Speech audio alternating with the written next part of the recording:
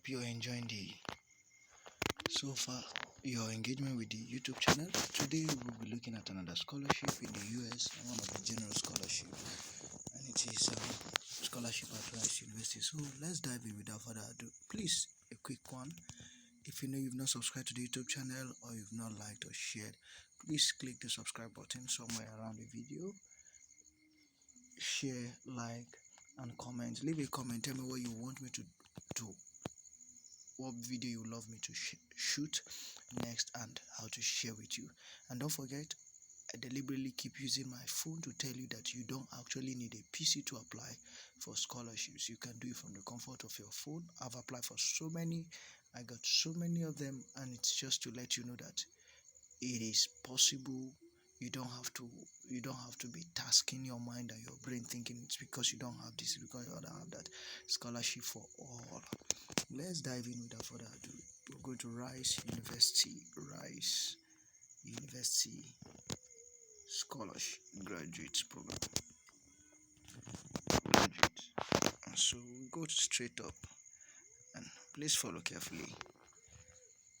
Okay, as you can see, we can see graduate and postdoctoral studies at Rice University. Click on the first option. If you use my kind of search, good thing, we have a testimony here. They are currently accepting admission. Rice University is accepting admissions for graduate study for 2024 admission year. So that's to tell you that you're doing the right thing at the right time. Okay, so quickly let's run through it. What does this scholarship entail? Don't forget, I turned my phone to a landscape mode to make it broader, so that I zoom in if I need to. I could zoom back in and all of that. So let's go. What do they have to offer us?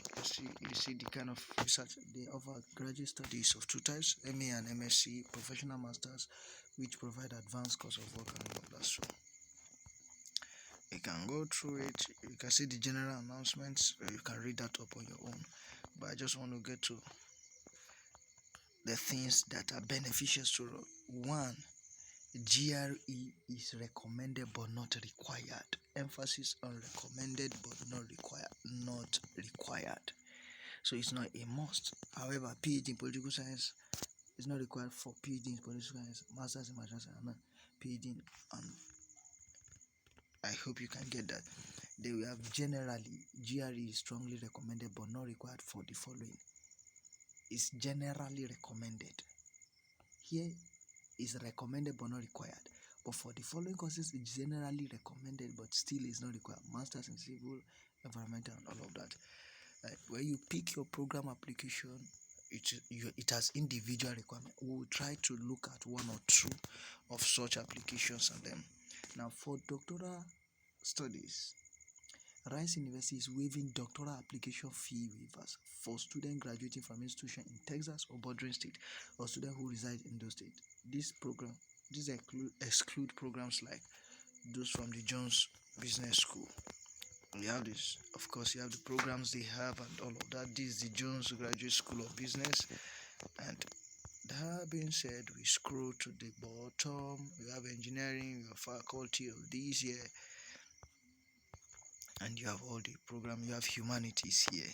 I like to look at humanities first because so many times more attention is paid to science courses, and with the humanities, this being sort of disadvantage or not generally talked about.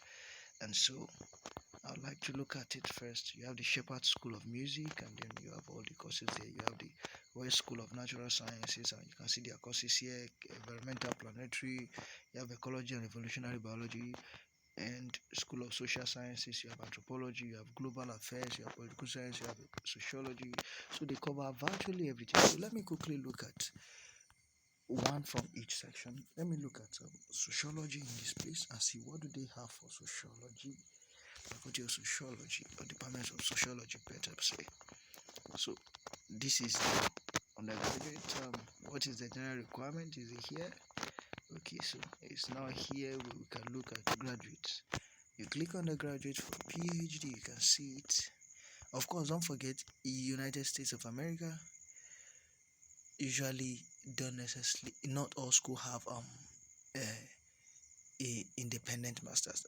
Most often they have integrated master's degree, so it's a 3+1 or 4+1 as the case may be. It's usually a master's sandwich within PhD. So the first year is usually this. Now they receive a generous this grant from Horton to design and launch a doctoral program at Rice. The gift was viewed as transformative for Rice University and the city of Houston. Now that is all of it. You can read all of that up on your own. And our concern first is to check, is there financial aid? So if we can't find one, you could actually write to them to request, is there a financial aid for this? And if they said no, you can let it go. Of course, we'll come up with so many others. And so let's go to, okay, they still have some political science. Let's see, because each department usually have their own fundings for scholarship, and the mission for this is there. We are after the funding opportunity. Is there funds? If there's no funds, we are leaving it for. Okay, so let's just go to Faculty of Humanities. Let's check English. These are one of the courses, because they are non-STEM courses. They usually don't get fundings. And you just come over to this button, you click on it and go to graduate school. Undergraduate school, you go to prospective students. Under prospective student, let's look at the program overview. And what do we have at the overview section? Okay, we can see what we are looking for: graduate funding and awards. Let's click on it and try to understand. Okay, what graduate funding? All students entering the PhD receive a 5-year fellowship package, which includes an annual stipend and a tuition waiver. Continuous support is contingent. Okay, so this is what we're looking for. You can see that for English language in this school, there is a generous provision of a whooping this student with enrolled 50-year pay reduction. You can imagine. So what are we waiting for? Which can continue to be waived if the students secures additional fellowship funding. Look at it. This student can continue their program entirely on free tuition based on teaching assistantships. And they can continue. Students also have a variety of options to complete for competitive 60-year funding based on teaching and research interests. You can imagine. Faculty of Agriculture or School of Humanities, Department of Agriculture. Whatever the case is, conference travel, summer experience funding is available annually to graduate students. Also, like, these are real packages that are, oh my, they are awesome. So there is fellowships for you, and you don't want to know that these fundings are. The fundings award is stipend of $4,000 for up to 200 hours per week of work. Like, the offers are generous. You could just read up on the portal, and that's for Faculty of English Language. Of course, don't forget, we've seen that applications open from 1st of September and it's still running. And so let's check another department. Okay, still at the School of Humanities. Quickly, we'll look at art history. This one is also a course that rarely gets funding in several schools. But let's see, what do they have to offer us? Let's just glance through art history. What do they have for us? Okay, it's a welcome and all of that. So let's quickly check through. Okay, you scroll down to graduate. Okay, what's on their graduate portal? Prospective student, of course, that's what we want to check. Prospective student. What's on the request for information? Just go ahead and click, and okay, we can see financial support here.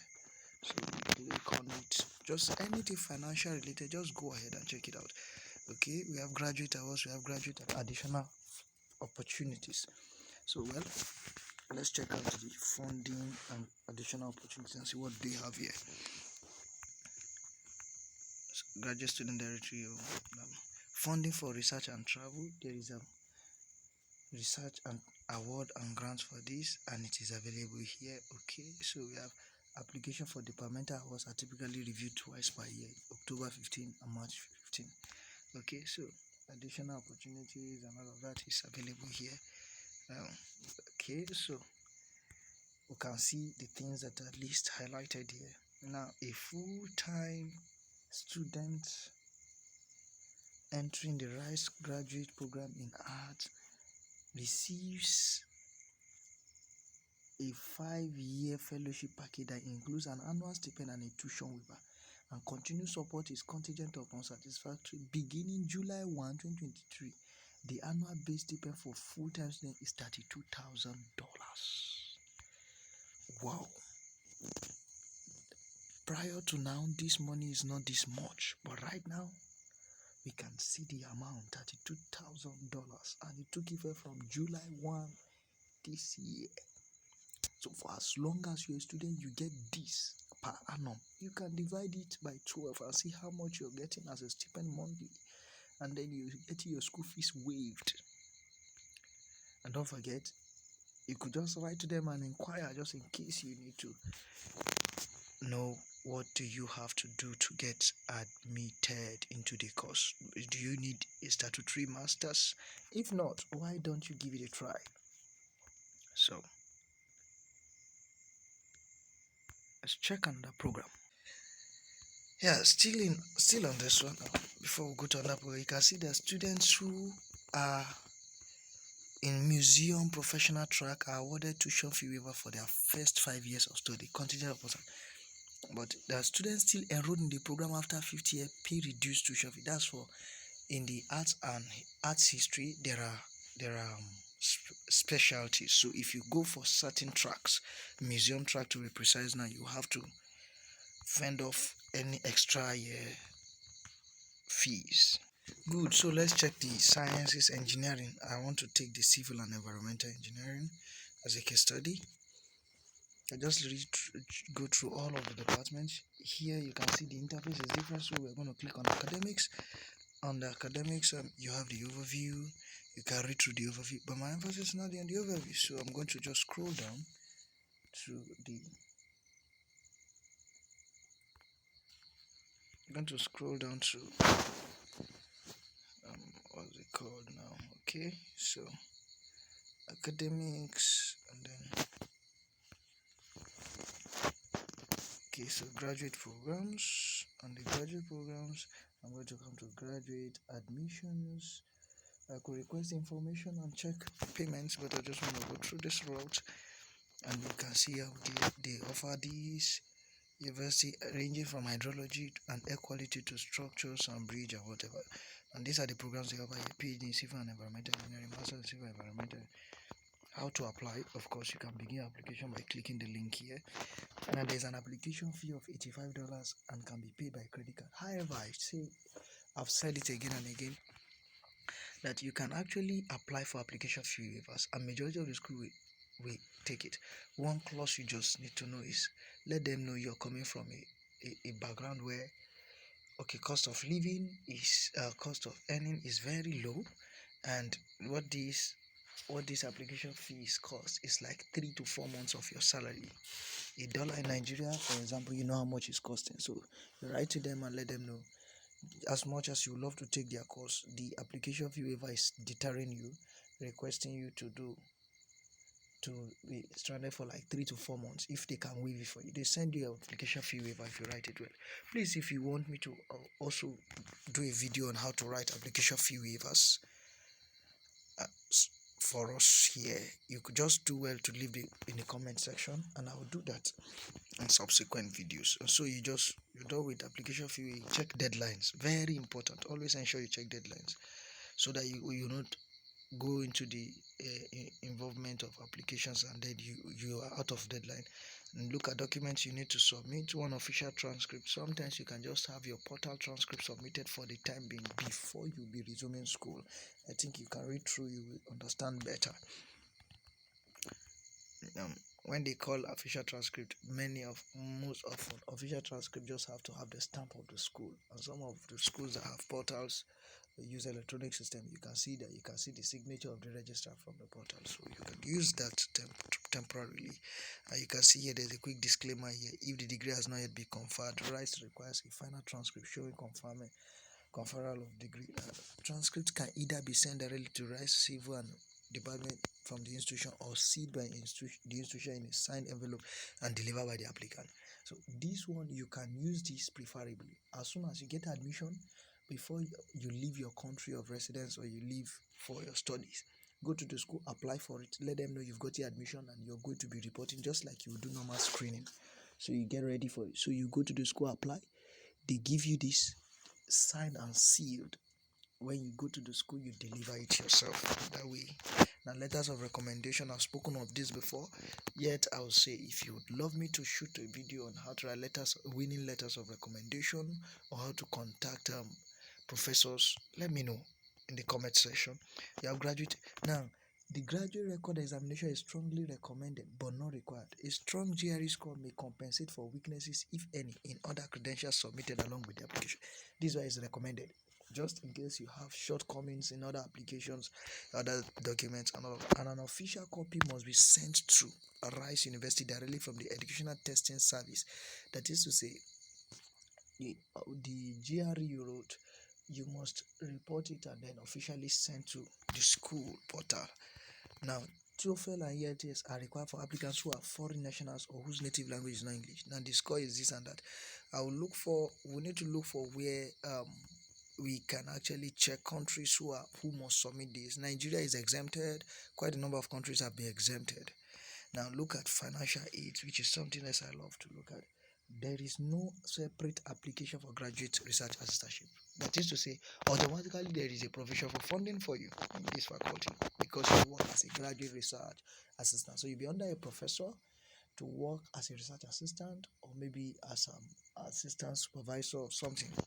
Now, applicants seeking MSc and MCE as their highest degree, if offered admission, are usually offered admission only. But if you are looking for PhD, you are offered with a funding. And if it's a sort of full financial details will be required as stipulated by this. So, that being said, you can see application status, you can check it and all of that. So, admission policies and procedures. Okay, so I want to check the general admission requirements. Okay, so general admission requirements for programs, you just click here. Sorry. We click out here. I will check on admissions. Under admissions, we see information for applicants. Under information for language proficiency requirement, you click on it. We also have another for international applicants. So you can just click on it. You see financial support is also there. So English language requirement, can we see